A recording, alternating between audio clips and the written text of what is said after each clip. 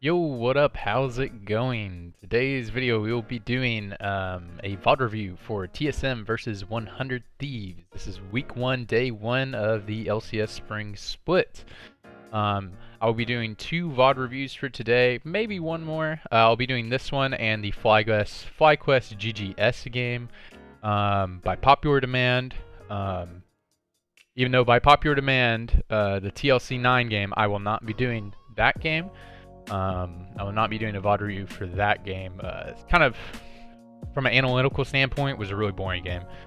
Just C9 kind of drafted 2 oozing lanes, or 2 oozing sides of the map, an even mid side of the map, and then had some It was a they drafted a poke comp, but then had some mis-executions by individual players in some mid game fights, and the game just kind of it was kind of non-interactive, so not really much to analyze. Just some mis-executions. There were some certain things they were trying to do and just kind of missed the mark a little bit, but not really much to analyze. But anyways, we're going to be doing the 100 Thieves and TSM game and also the FlyQuest GGS game, because I think they're pretty similar and have some like stratifying differences between the teams that they're playing against and the way they wanted to play the game. Cool, so we're going to do 100 Thieves versus TSM. Really excited about this one. We're going to be going through the draft in real time. The draft already started. This is like the earliest I can start the screen because this is when they started. But we'll go through the bans real quick. So we have 100 Thieves on blue side, TSM on red side. So typically the first couple bans are always going to be like the ultra flex pick bans. I don't like Galio as a blue side ban. I think Galio is probably the strongest champion in the game on 9.1. Galio, Cassio, and Urgot are probably the strongest champions in the game on patch 9.1. So I don't like banning that on blue side. I like leaving it open and forcing the red side to ban it. So you can take it. But 100 Thieves have a plan in mind, and they don't really want to go for the Galio comp. It feels like TSM and 100 Thieves both have a plan going into this game, and they execute on the draft exactly what they want. Both teams get what they want in this draft, which is pretty interesting. Cool. Aatrox bans comes through. So yeah, in the first ban phase, you're just gonna see flex, all the flex champions banned. Pretty standard. Yeah. So, Kali, Galio, Aurelia. Cool. Aatrox, Cassio, pretty standard. Ultra flexes. And the Lysandra ban too. Another flex ban, super powerful champion as well. Also, I'd pin that to be a Huhi champion. I love the Urgot pick. So Urgot is this is a really common strategy on blue side, is you ban all the flex picks except for one, and then you just pick it up. And I think Urgot is the strongest champion that gets through the ban phase. So TSM draft insta-lock the Sion and the Alistar. So Sion's for sure going top. That's a losing matchup for Sion, but powerful team fighting champion. I don't really need to explain Sion, but that's going to be a losing matchup for the top side immediately. I mean, Urgot doesn't have a whole lot of losing matchups. I mean, they banned the Akali, which has a pretty good matchup into him in the early laning phase. I would have liked for TSM to pick... I'm going to pause it for a second. I would have liked TSM to pick Lucian right there rather than the Alistar. But it seems like they just had a lot of priority on the Alistar because they're looking for this. They have a plan for the Ultra team fight, right? That they're already cooking up. You can see that with the instant Alistar comp. They have a plan. As soon as they knew Alistar was up, they're like, boom, lock, Sion, Alistar. I would have liked the Lucian pick right there because I'm a big fan of just drafting a side of the map that you can get small advantages in the early game. I don't like sacking the early game completely, but TSM has a plan. So I do like the Lucian pick right here. Lucian pick's pretty good. And let's see what we round out the first phase with. I forget what they pick right here. And Viktor, so just double flex right here. Yeah, so double flex right here. I mean, theoretically, this could be like ultra flexed, but Bang is not really an awesome dude player. He doesn't really play the mages, so I'm going to make complete sense of that being the bot lane. So these both can still be flexed. Look at that majestic beard. Look at that. Yeah, and Ezreal is the obvious lock right here. So Zven's a great Ezreal player, and Ezreal's like the next best AD carry. If they don't draft Ezreal right here, it's getting banned. So what this is right here, if you take Ezreal right here, you're wanting to farm. If you draft Ezreal Alistar, you're losing lane to a Lucian, right? They're gonna have to ban Braum right here. If they don't ban Braum, then one makes Ezreal a lot less effective, and two, it gives Lucian a lot of kill pressure in lane. So definitely gonna see the Braum ban in here for sure. The Rakan ban. Rakan just super powerful champion. Also has pretty good synergy with Lucian. Lucian can dash in. Rakan, you know, zip around with him. So just super slippery. Bot lane gives Lucian some kill pressure too. That ban makes a lot of sense. See what 100 Thieves want to ban. The Syndra. So Syndra creeping back in the meta, but also, you know, just a Bjergsen pocket pick. So makes a whole lot of sense. No, Bjergsen carry the game. I forget what their other ban. I think their other ban is Zoe. They don't want to have to deal with the poke comp, so they want to ban the Zoe. Zoe's also not too bad in the current meta, the current state of things. After you ban all the assassins, she's not too bad.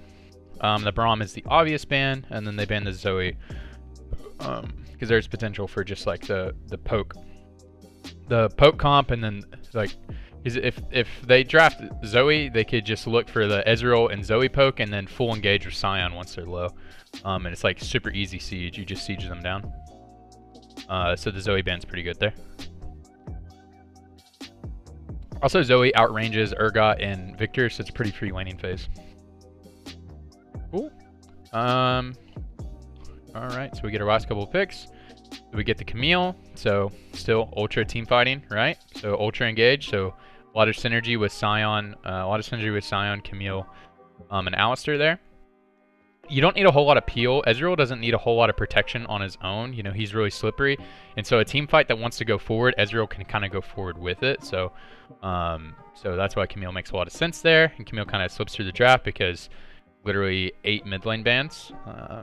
Bjergsen's playing today, so cool. Thresh makes a lot of sense. Gives you kill pressure in the bot lane, super priority in the bot lane. You know, just overall good champion. One of the other powerful support champions already banned or picked, so makes a lot of sense. And let's see. Oh yeah, I remember what we round out with. Up an Olaf pick. This makes sense. I'll tell you why it makes sense in a minute, but I actually don't like the pick.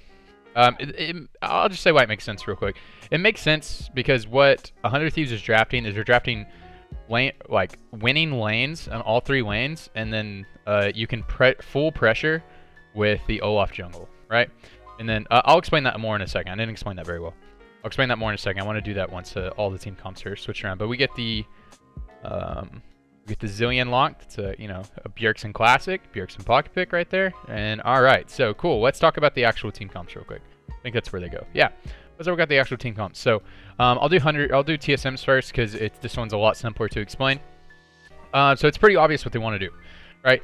So comparing it to the teams, this is a losing lane.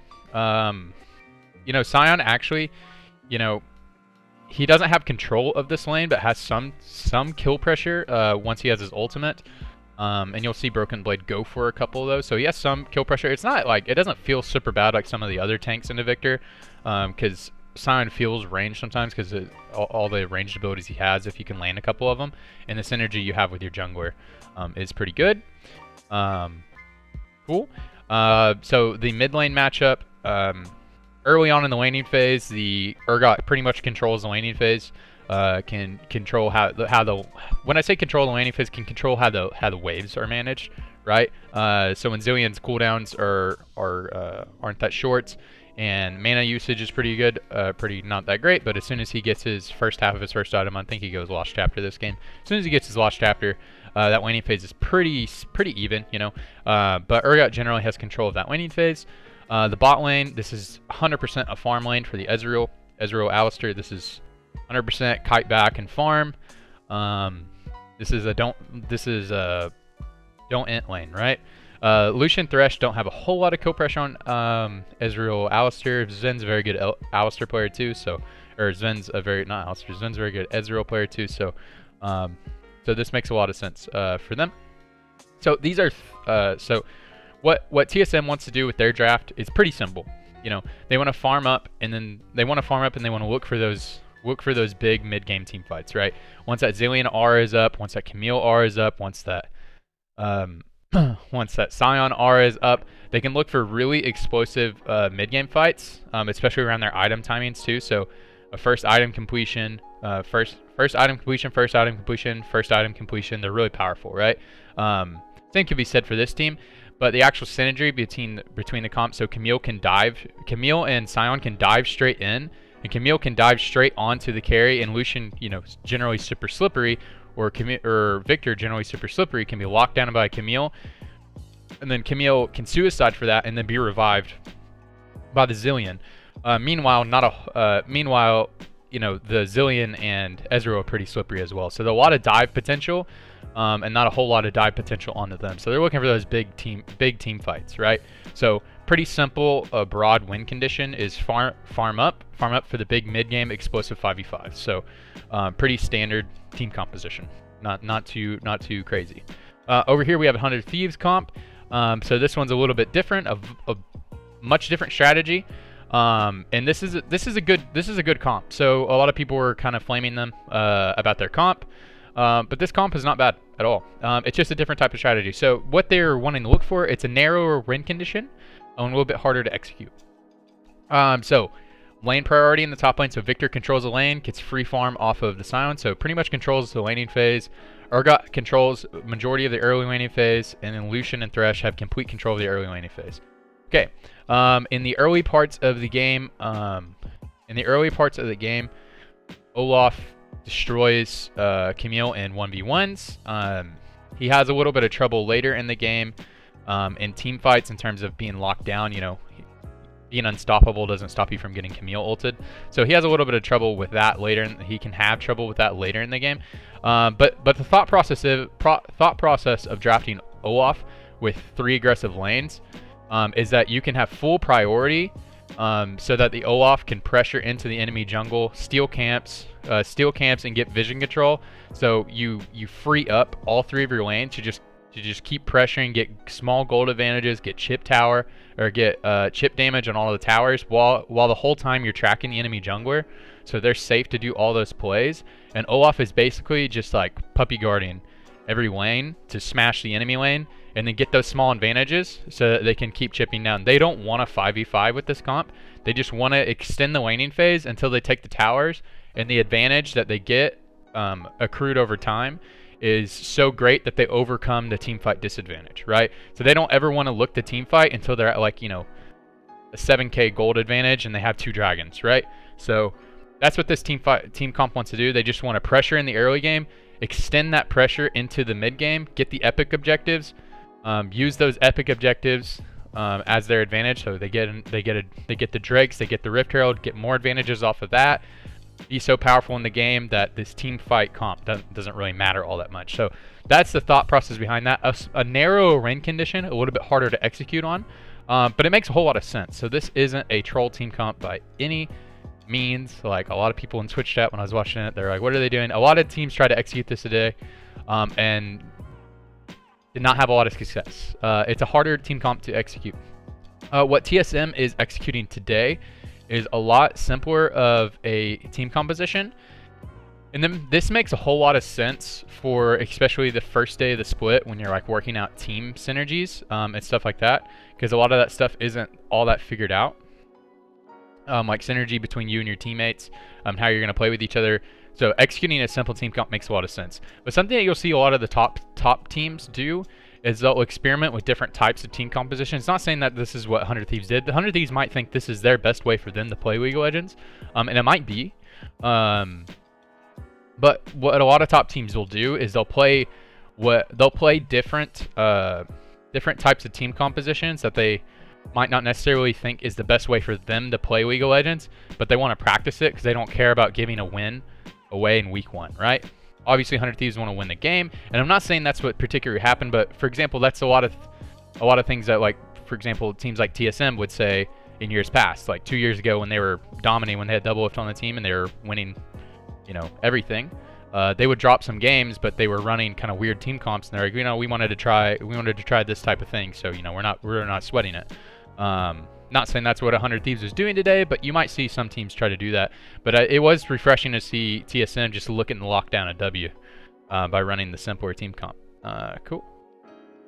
Not saying that this game, not taking anything away from TSM for winning this game, because I think this is a really good showing from TSM. Cool. So we're going to watch this in real time. I wish I could play this without Freak and Kobe talking, but I guess I can't. I'm gonna leave this game in normal speed. I normally do all these games in ×2 speed, but I'm going to do this in normal speed. Just trying it out. I like to be able to think my thoughts a little bit clearer, rather than trying to rush them. So if you watch this, let me know if it's a better viewing experience. If it's not, then I'll go back to doing these in ×2 speed. They're called speed VOD reviews. I'll go back to doing speed VOD reviews, but I want to try doing them at real-time speed. I think I can provide better analysis. So anyways, cool. So we have Camille starting on the top side, pretty standard start. Olaf starting on his blue, that's a standard start for Olaf, so that he can constantly throw his axes. So that's not that weird. Sometimes Olafs will start on red side. The red side, there's a lot of XP injected into the red side, so sometimes you'll see them start on that side, but blue start's pretty good, because you can just spam your axe. Cool. Alright, now as you can see, Viktor just gets an early push on the lane, because Broken Blade had the leash anyway, so. Alright, Camille's going for a Krugs clear, kind of interesting. Wouldn't expect that one. I guess just looking for the XP for that, the bonus XP. Probably looking for that type of clear because he wants to do top scuttle. Maybe he wants to avoid the Olaf. Because he knows the Olaf is going to want to, probably going to want to full clear. Nope. He may just want to reset his Krugs for the bonus XP on the second clear. That may be why. Cool, cool, cool. Yep, so this is what 100 Thieves comp will do. They'll just pressure you in. That'll be the entirety of the laning phase. So what Olaf wants to do here, Olaf wants probably just wants to get a full clear back, and then look to start getting vision out in the enemy jungler and start pressuring forward on the lanes. Right. This is a really short pause, I believe.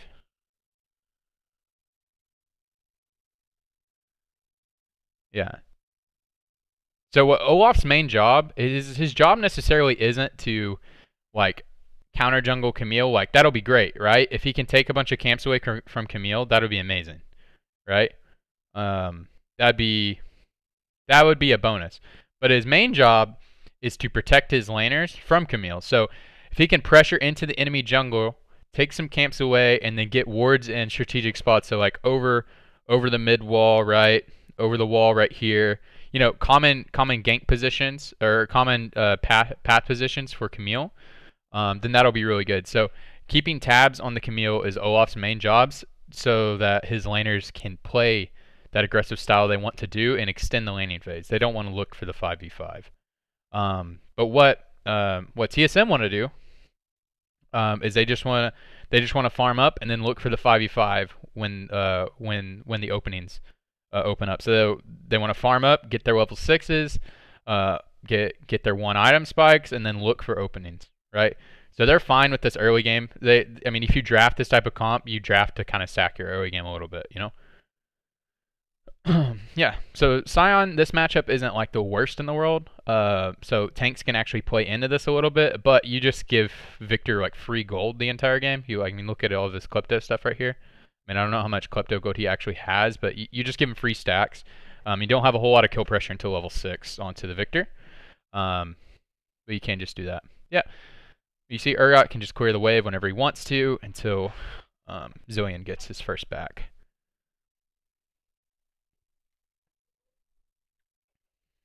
All right. So Camille's coming up. This is a common gank path for Camille. So Camille can go for lane ganks with your flash all the time. So he's just he was looking for a lane gank if he could get it. So if Ssumday walked up to trade, he could just E off the wall and then flash directly onto him. They could probably kill him. But then he mainly just walked up there. As soon as Ssumday started walking away, he just helped him clear the wave, so that Broken Boy could get a free back. It's a really good back timing because he won't have to waste his TP. His wave is pushed in, so just good play. Also, pretty good pathing because his camps are respawning on that side as well, so it made a lot of sense. The way he set up his camp. So that made a lot of sense the way he set up his Krugs, because now he'll get the bonus XP, and it made sense for him to path up top, made the job easier for his top laner. Cool. He'll path right back down, and he'll be around top side for the Scuttle Crab. So pretty good pathing by Akaadian actually this game. Would like to see Olaf pressuring a little bit more forward. He can't right now because both of his laners are in base, so he can't actually push forward to get any vision down. Let's see if Camille actually goes for the Scuttle Crab. She might, but I think she's just going to look for wolves. I think her wolves are about to spawn back up. So they do have vision control. So 100 Thieves do actually have vision control of this quadrant. I don't know if that ward is actually caught by the pink ward. It might be. I think it is. I think that's what he's pinging. Yeah, so Camille's giving up the top scuttle because he knows that Sion won't have priority. So he's just going to pressure in because they know they have priority on mid. And kind of has the Alistar babysitting as well. So just get some deep vision, track the enemy jungler. Looking for any camps that might be up. And walks right back because her camps just respawn. So pretty good pathing. Onda's just going to do the same on the opposite side. So just splitting sides of the map right now. With full control of top side. So just getting full control of top side. Yep, so getting a little bit more advantages for Onda right here. Or Anda, sorry. This is what you kind of expect. They're both kind of farming it out. And Onda farms a lot better. You know, typically, you don't like to see Camille just farming at the lane. Yeah, the Bjergsen gets away. This is free. Typically, you don't like to see Camille just even trading farm. Typically, that's not how you want to play Camille in the jungle. You just play hyper aggressive in the jungle, right? But it makes sense in this comp because they don't have any type. Yeah, see, you can go for that kill. Had that have landed, he may have got a kill, right? He actually wins this trade. But they don't have hardly any kill pressure on any lane other than the top lane until level 6, until Camille's 6. So there's really not much for Camille to do in the early laning phase other than protect his lanes. Protect his lanes from getting dove, protect his lanes, help his lanes get good back timings, so that type of stuff. So Camille playing more of a supportive role because the actual utility that Camille provides is going to be great later into the game. I think Olaf was a bad pick into this game. I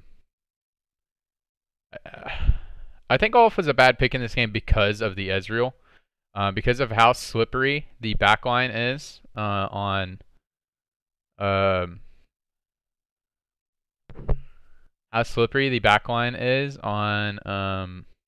TSM, that like it's really awesome that the Olaf's going to get super far ahead in the early game, but doesn't provide a whole lot of value in the late game. So I think people get debated by the Olaf too hard with these like super aggressive comps. Maybe fine. Just needs to be executed a little bit better. Yeah, obviously gets ahead, but Camille's on the top side. They know Olaf's down there, so they can trade some camps up here. Olaf's 2 levels ahead. It's kind of what you'd expect. Feels kind of bad.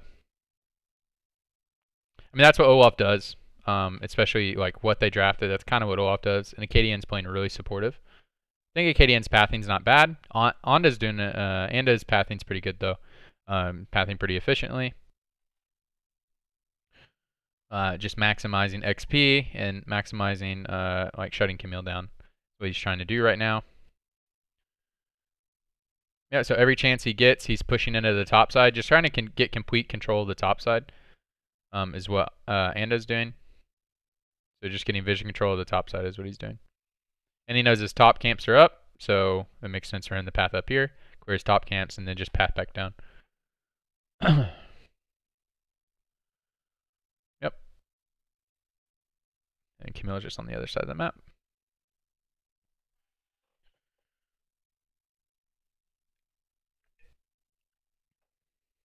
All right. Oh, Bjergsen's not actually going Launch Chapter. He's going Roa. Okay. Makes sense. All right, so item timings. So Zven not quite at his Frozen Fist. Bjergsen does have his Roa now. Camille ended up going for the Tiamat rather than the Warrior. Pretty normal. It's so he can do these topside camps a little bit better. Sion's just going to build into the Adaptive Helm. Makes a lot of sense. I think we might have a fight here. No. Yep, so this is what this team comp's going to do. Just keep pressuring in the enemy jungle, making Camille's life a little bit hard, and just pressuring on lanes. Positive for TSM is they haven't lost any plating yet, so it is still pretty early into the game, but we do have a team fight right here. Okay. Boom, that was a Queen Ezreal ult. There's gonna be replay of this. Boom! Oh my gosh. Yeah, so that's what their team comp does. that's what their team comp does. So as I said, TSM just wants to look for those types of openings. They saw an opening, Broken Blade immediately goes down. He's gonna lose 2 plates for that, but he immediately goes down and goes on to the fight. It's so free. Camille's gonna trade the flash for kills any day of the week. So as soon as they see this, they're like, oh, Thresh is level 6. Oh, he's gonna instantly die. Flash is on Camille. No chance. No chance of survival. There's a chance Huhi like gets a Bobby Big kill in there, but as soon as they see Broken Blade ulting down the lane, there's no chance. Yeah, so TSM, that's the opening they were looking for. So 100 Thieves don't need to look for fights like that. They just need to get the vision control for their laners to keep pressuring the lanes. They just need to run TSM around the map, right? If 4 people converge onto mid, like if 4 members of TSM converge on the mid, they'll just take the side lane plates. That's how the plates work, right? The plates don't work to where you can just like converge on the mid whenever you want. Like that's the way the plates work. They have extra resistances. So TSM can't look for those plays on their own this early into the game. They have to be like brought up by 100 Thieves first. 100 Thieves have to go fishing for plays, and then TSM look for an opening, right? So 100 Thieves gave them that opening. They do get 2 plates on the bottom and top. So the gold trade-off was about even. So the gold trade-off was about even, but the tempo change, but the tempo definitely in favor of TSM right there.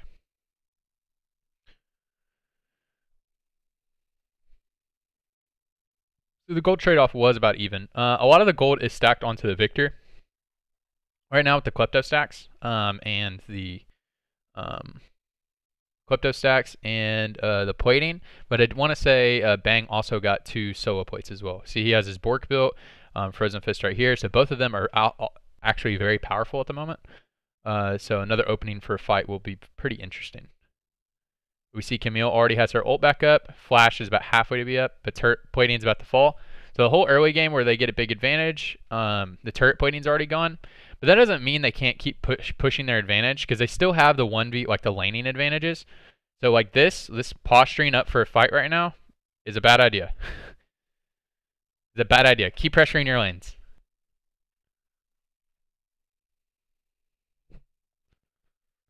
Oh, they're posturing. Yeah, they're posturing up for vision control. I'm being dumb. I thought they were posturing up for that fight. They're just posturing up for complete vision control of the river. My bad. There was no wave to clear in mid, so that's why they were doing that. My bad. Alright, they're just looking for an Infernal. There's a window right here.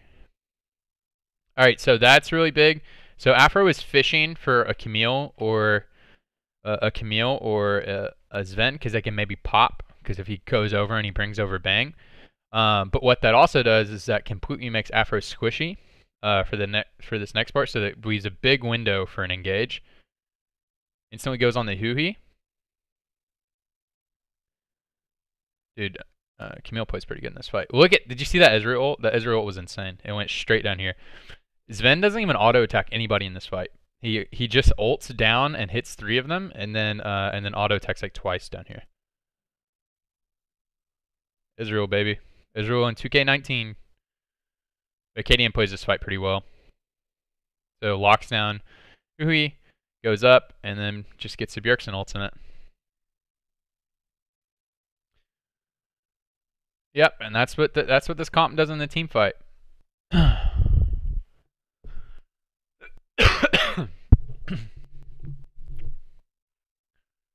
So what should 100 Thieves done differently there? They should have not started the Drake. They should have kept pressuring their lanes and have look for an Olaf. Or hold on, let me watch this real quick. See that Ezreal? It was so nice.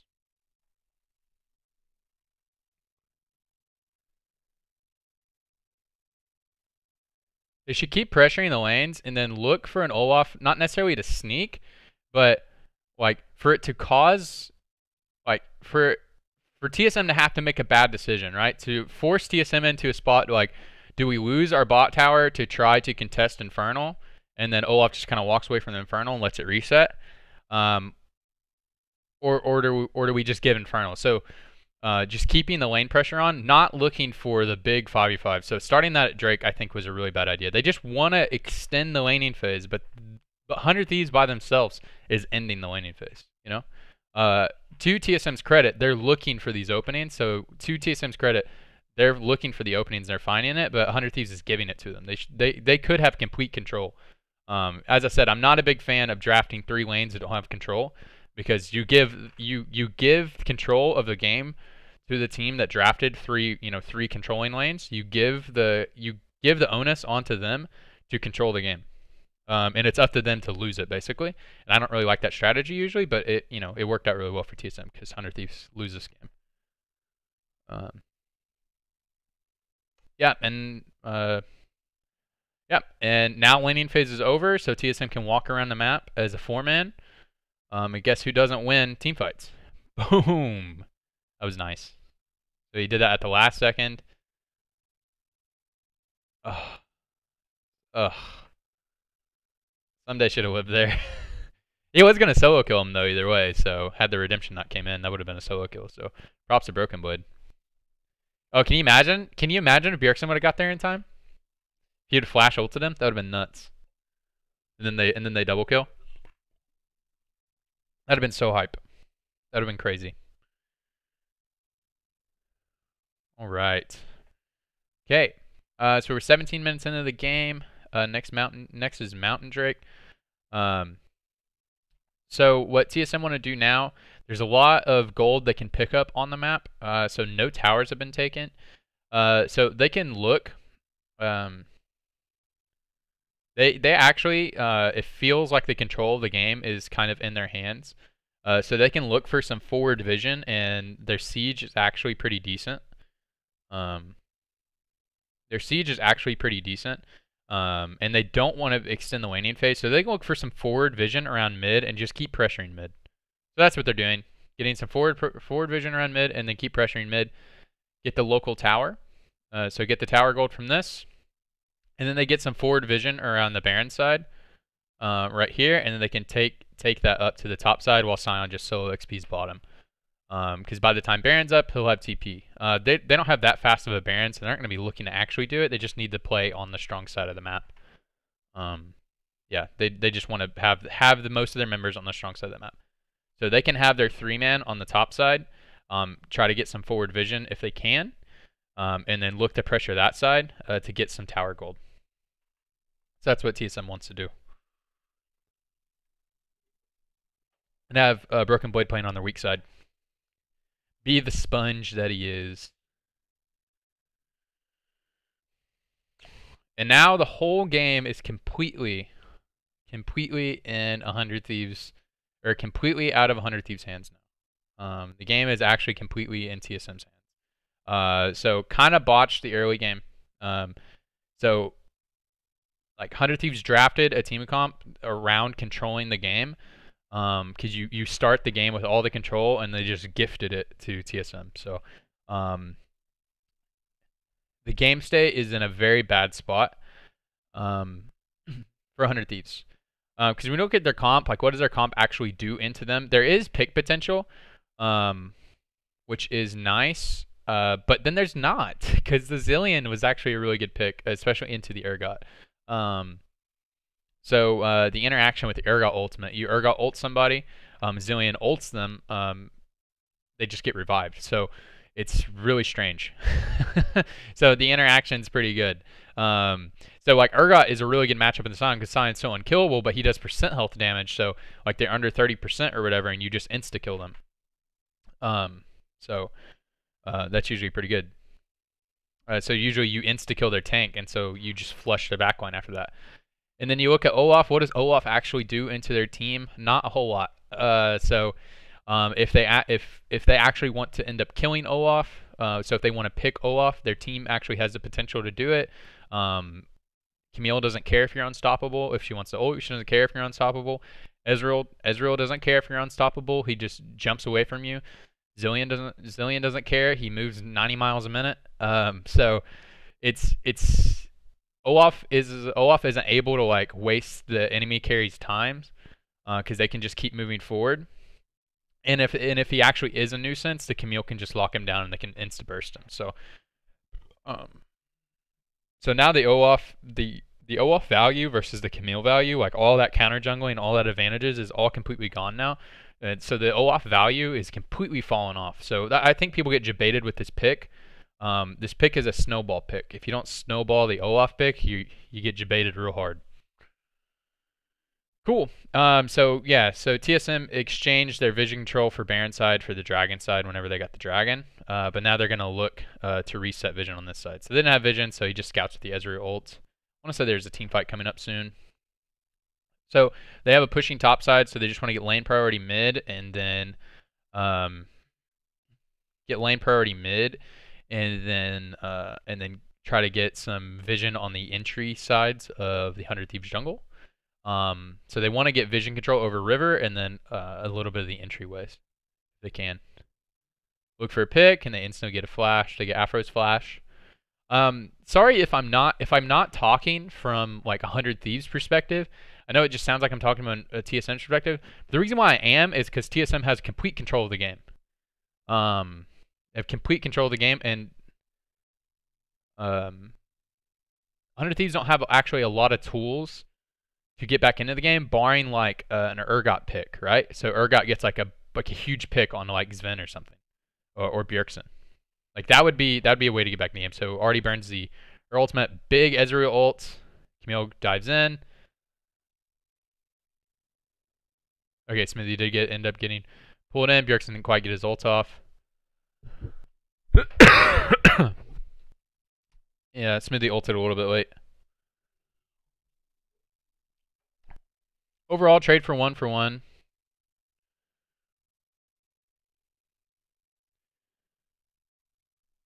Bjergsen has TP, so he's just going to rotate bottom. Maybe get the tower. He has a lot of tools to get out if they start collapsing on him, so not too worried about that. He's got full CDR. Oh, he does end up going to Ludens. Okay, so he has like 40% CDR now. Good Ezreal ult right here. Boom. Dunked. Oh, yeah, Bjergsen was going on he was trying to get bang. Okay, that's why he didn't ult him. Makes sense. Cool. All right, Viktor just goes down to answer, and then everybody's just resetting. All right, so whenever TSM gets back, they'll just reset, look for lane priority mid, and then reset vision control in the river. Once again, would like to see. I guess they're doing lane assignments. You can have Zilean bottom. He still has TP, so it's fine. I like having Sion on the weak side because Zilean can insta clear the mid wave. I like him being on the I like Sion being on the weak side. I think that's the lane swap they're about to do though, because Urgot's swapping that bottom.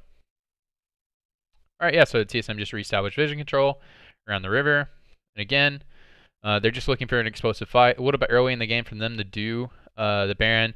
The standard Ezreal build now, they don't go the Blade of the Rune King, so until 4th item. So Baron clear is actually pretty slow with this build.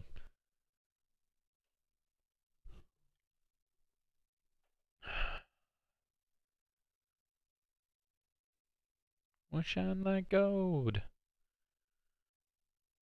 Alright, they're looking for a Baron setup.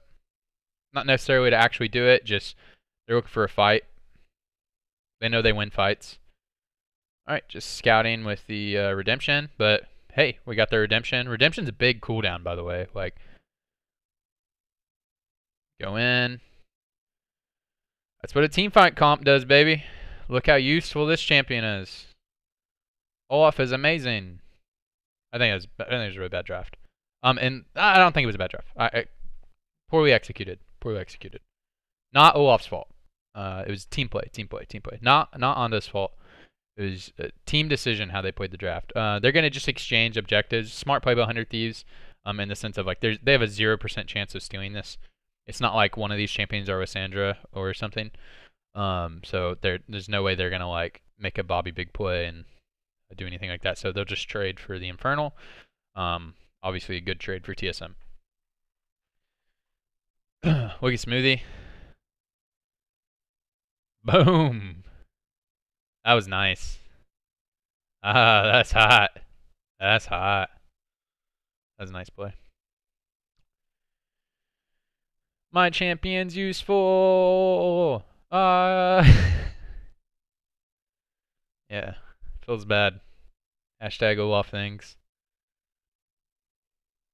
I do like the redemption build on Olaf. Seems smart. Makes him feel more useful. Because you draft him for that like super aggressiveness, and then he's more of a supportive champion later. But doesn't actually have like a lot of clear tools on what he wants to do. Except for he can like waste a lot of carries time, so just being annoying and punching their lights out, and actually has a lot of kill pressure. But you don't have a whole lot of kill pressure on Ezreal, and Zilean. Also, you have to walk past a Sion, Camille, and an Alistar to get there, so pretty tough. You can't just like walk through them without dying. Doesn't matter if you're unstoppable. Yep. So just look for a 4-1 push. Sion's pretty unkillable. You just have to stay out of their pick range, and then ults if they try to pick.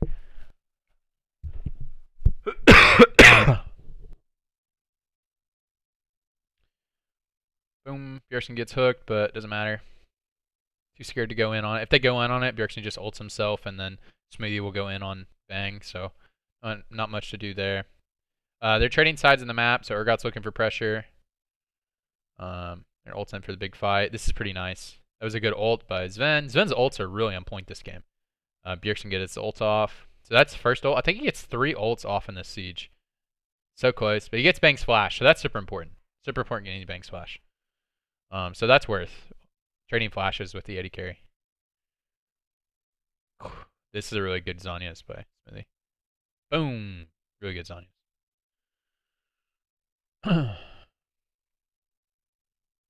Do they reset or do they actually? I think Bjergsen just does he TP in? No, yeah, he walks bottom. So they're about to continue the siege. I want to say they win on this siege, maybe. Let's see. So now they just want to take their pressure, do 4-1 bot in mid, right?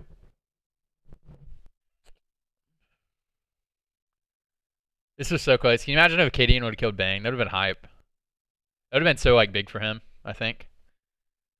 If he would have team added earlier before he W'd, he may have got him.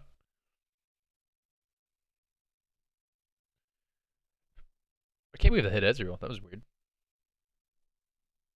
you imagine though? If he killed Bang? That would have been cool for him.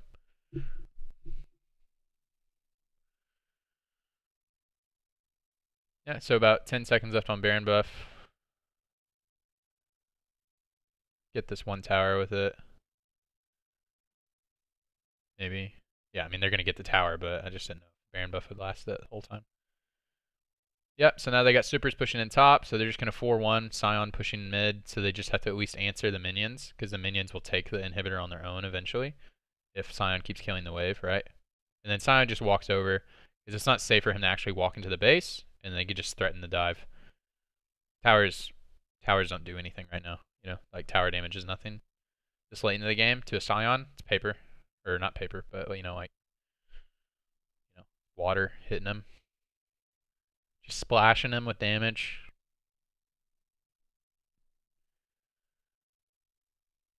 I love Smoothie's positioning. He's always looking for the Hex Flash play. Good Alistar play. I mean, it's pretty standard Alistar play. But always looking for the Hex Flash play. I wish I was a good Alistar player. I'm not. Boom. Yeah, so Smoothie just goes under the combo, just a kite, because I think Zven got hit by hook. But look, Ssumday already got chunked. Got a bomb on his head. Not quite enough. Can you imagine? Oh my gosh. But they got supers pushing into their top tower. The TSM just got to play this slow. Do the slow grind. They don't need Sion to end. Sion can just keep somebody busy up there. They actually don't even need him. And then he can rotate down whenever the fight starts, you know, with his ult. So they don't have to take the inhibitor on this push. They can wait. Baron's spawning in 45 seconds. So I think they're just going to take the free Drake. They don't have to necessarily take. They would like to have it so you can have the Baron buff or the supers on the weak side of the map. You know, the side away from the Baron. I think TSM could have gotten that clean. But the safe call is to just they win team fights. So winning it outside of their base is probably just a better call, right? Because they could just poke outside of the base, force them back, or kill them, right? But if you keep poking them inside the base, they just keep resetting their health. So I think they just look for the fight right here. But maybe could have just went for that, but this might just be the safer play. They don't want to go for a 50-50 Baron. That'd be the not safe play. But look, they can just look for chunks like that, force them back, or force them to fight chunked. Right? Zven's got a completed Bork now. He's also got a QSS, so super unkillable. They're just looking to two-man now. Yep. What a Bork will do for you. Spotted by the Redemption. But yeah, now Suet. So yeah, so they just pressured him, chunked them down a little bit, you know, disincentivized them walking up. Got vision control of the top side of the jungle. And as soon as Ezreal has his Bork, you're able to do that, you know. They don't have an Ocean Drake, so Akaadian's gonna be a little bit chunked in this fight, but guess what they do have? They got a Zilean. You got infinite lives. I think he ults 3 times in this fight. It's pretty insane. Zilean's crazy late game.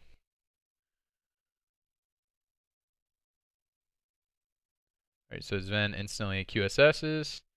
Broken Blade doesn't get much with that ult. He gets pulled in. We get the Sion. He gets Zilean ulted.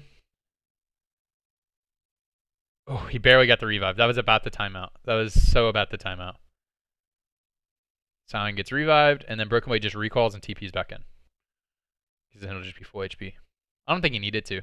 Because he has the other thing. He could have TP'd to a minion in a minute if he wanted to, but that play was fine too. I think he has Warmog.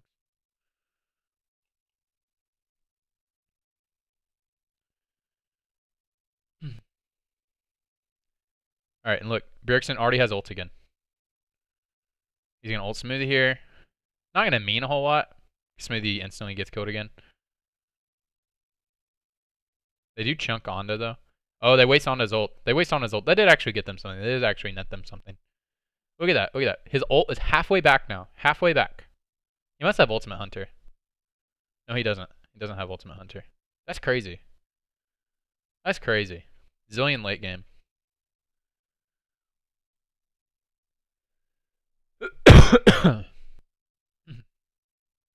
Camille's just taking red. Free, I guess. Kind of no reason. Just for health regen. Look, Zilean has ult again.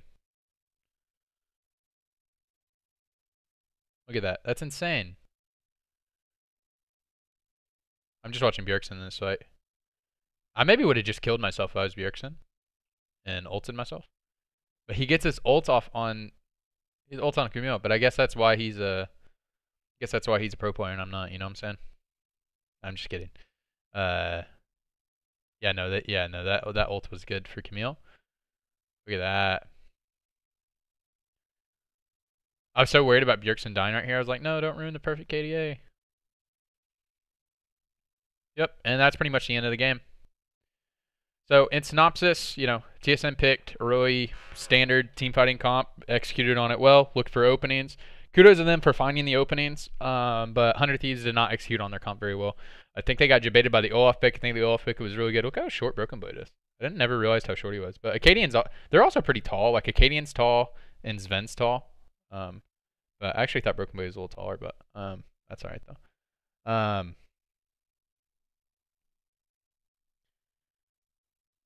He's pretty short, I guess.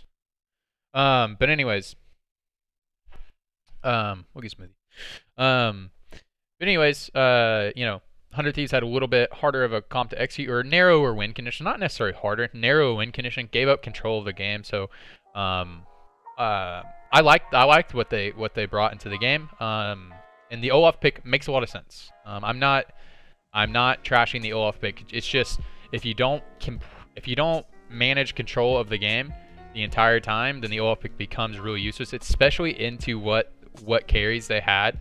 You don't have a whole lot going on if you're the Olaf. So I did like the Olaf pick. Like what they were going for, I think they probably had to draft the Olaf. I don't know what else they could have drafted. That would have made sense, you know, like other aggressive junglers, you know, probably wouldn't have made sense. Yeah, there's not really other junglers that make a whole lot of sense that they could have drafted for what they were, because they were going all in for that full early game control. So if they would have got the Camille, maybe that would have been good too. Limit TSM from having it, as well as, you know, it's a jungler who can control the early game, you know, can move around the map pretty steadily. But I like the Olaf pick. Just if you can't follow up early in the game, it's kind of tough. And then especially with the carries that TSM picked, it just made it. Once they lost control of the game, that pick was completely useless. So pretty rough game for 100 Thieves, but I think they'll bounce back. Really good showing from TSM though, so that was really good to see from TSM. Pretty standard team comp, execute on it well.